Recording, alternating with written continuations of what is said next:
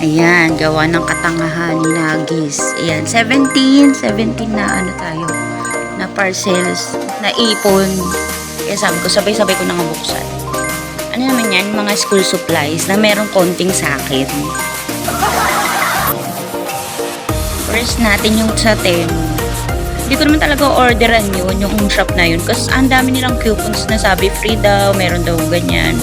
Ayan, sinubukan ko dito sa headphone ni Kuya. Okay naman yung sounds yan. Next, yung tumbler. Tumbler ng mga bata. Kasi yung dati, di ba na ano, medyo pricey siya yung isang brand. Ayan, ito kasi 200 plus lang to eh. Tapos may boot na siya, tapos may handle na. Sinubukan ko yung malaki niyan. Maganda, matagal din yung mawala yung lamig. Dalawang set kasi yan eh, sa umaga. Tapos sa tanghali, yung pagdadalhan sila ng lunch. Yan, yun yung pangalawa. Ito yung baunan. Sobrang mura, 79 pesos yata yung isa. Pang lunch time nila yan, lalagyan ng lunch nila. Maluwag naman siya.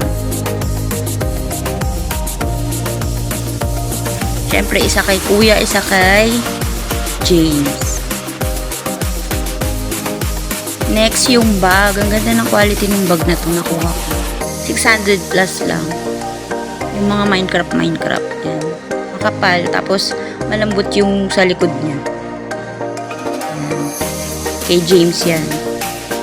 So, ito yung bag ni Kuya. Sabi ni daddy niya, bakit daw babae? Crush niya kasi yan, yung character niya yan. Kaya, yan yung pinabili niya. Sila naman talaga pumipili ng mga character na gusto nila na sa gamit nila eh.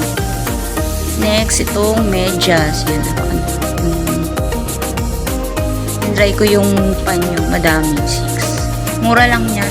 Sa TikTok ko yata nakuha yan. Lumipat ako ng pwesto. Ang init dyan. Kasi nakalimutan kong may ventilador pala dyan. Sabi nung kasama ko, ate may ventilador doon. Ba't ang pawis-pawis mo? Nakalimutan kong buksan. Diyan ako sa malapit sa may sliding door.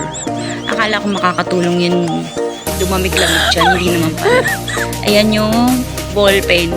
Tagpipiso lang yata yan dun sa TikTok. Nanood ako ng live. Ayan. Tapos nakatingin din ako ng apron. Nakuha din ako. Ayan, basahan. Sobrang liit. Ano ba yan? Tapos yung sa shoes. Next, ito nga yun. Yung hinagis ko kasi dito sa hagdan kasi tamad akong kargahin sila isa-isa ng madami. So, hinagis ko siya. Akala ko hindi mababasag kasi may bubble wrap naman sila. Ayun, katangahan ko. Ayan, may basag yung isa dyan. Ayan. Maganda naman yung quality nung na yan, ng baonan. Kaso maliit, kaya kukuha ko nung medyo malaki. 410 ml yata. Sobrang liit niya. Hindi yan pwede baunan ng bata sa school. Pang snacks, ganyan, pwede yan. Ayan yan siya. Yung katangahan ng babae. Ayan, babasa, diba? Hindi ko na ibabalik yan. Kasalanan ko yan. Move on. Next, yung pinipili ko pa yan. Pinipili ko yung hindi sa akin muna. Yung mga school supplies muna yung bubuksan ko. Kasi nakakaya naman. Sabi ko pa naman, pang school supplies lang yung mga laman yan. Siyempre, mayroon na nasisingit-singit na sa nanay. Ganun naman talaga pagka nagsuswipe-swipe ka dyan, may nakakita ka na, ay, may kulang ako na ganyan. O, ayan, sinusukat ko yung tumbler kung kasya siya. Kung kasya yung tumbler, and then kasama din yung baunan nila. Yan, dalawa. Sinukat ko sila. Hindi kasya. Sinide ko yung isa. Ayan, okay siya. Pero kung yung 22 O's, hindi pwede na meron kang papatungan. So, kailangan nakaslant lang dyan sa baunan na yan. So, pang snacks lang talaga yan. Pang morning lang talaga. Dadalhin nila. Tapos yung kanina, yun yung lunch. Kasi mas maluwag yun eh. Eto, inatukar ko to kasi si mama para may pa-shoal siya. Ganyan. Next, ayan. Yan, isa pang katangan. Ko siya, nagupit ko yung damit niya. Nagupit ko siya. Ayan. Yata yan sa TikTok live yan, nabili ko. Next. Sabi sa'yo, meron punting sa akin eh. Ano pa yan?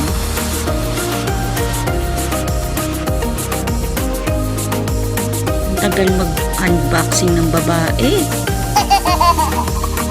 Dami pang chika niyan. May sinasabi ako niyan, hindi ko na inano. Ayan. Yung cologne, bumili pala ako ng cologne para pagpasok ka ng mga bata, medyo fresh sila. Pero syempre, meron pa isang para kay mami na naman. Wow! Ito, yung para sa bleach hair, yung mask. Kasi nagpa-bleach nga ako ng buhok ko. Hindi na pala pwede yung conditioner, shampoo ko dati. Yan, nagpalit ako. Pawis na pawis yung babae.